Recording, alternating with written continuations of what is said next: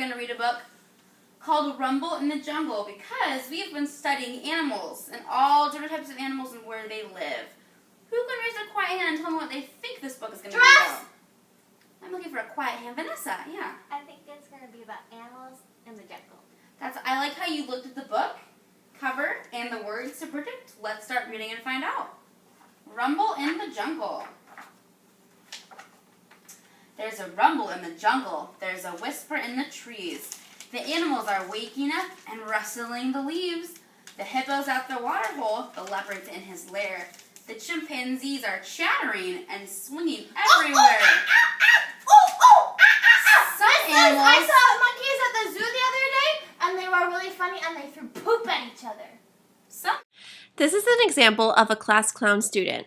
Their behaviors consist of being disruptive, distracting other students, and doing humorous things to gain attention from others. Some possible causes of this behavior is that they could be bored with the subject or may think being funny helps build their self-esteem. Let's look at a couple solutions you can take with the class clown student.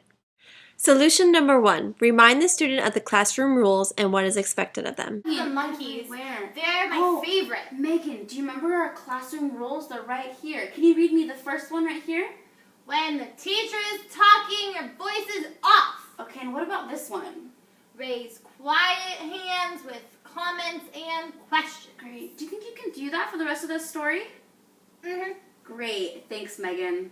And if you ever forget, you can just look right here because our rules are always right here, okay?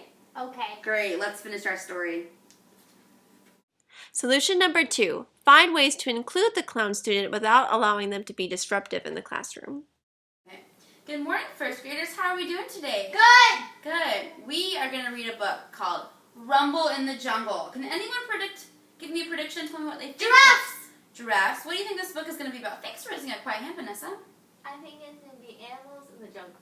And this is a really fun book because not only are we going to listen really carefully, like I know you guys can, we get to act out the parts. I like acting things out. Yeah. So, whenever I get to an animal, I'm going to assign parts and I'm going to let you do the acting. So, you're going to make the animal sounds.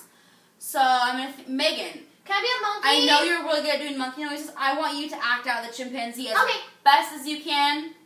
But when I keep reading, when I say stop, it's time to stop, and we're going to let someone else be silly, okay? Okay. And Vanessa, you're going to be the lion. Can you do that? Okay, let's get started. Some animals are frightening, and some are sweet and kind. So let's go to the jungle now and see who we can find. Chimpanzee. Thanks, Megan. It's great to be a chimpanzee swinging through the trees, and if we can't find nuts to eat, we munch each other's fleas. Lion. The lion's the king of the jungle who quietly sits on his paws, but everyone quivers and shudders and shivers as soon as he opens his jaws.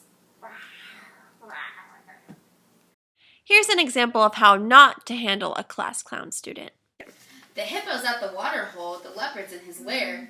The chimpanzees are chattering and swinging everywhere. Megan! Shut up and stop interrupting my reading time! Why are you crying?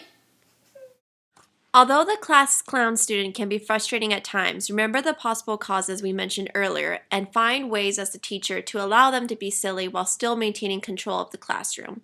This will allow you and the class clown student to be happy.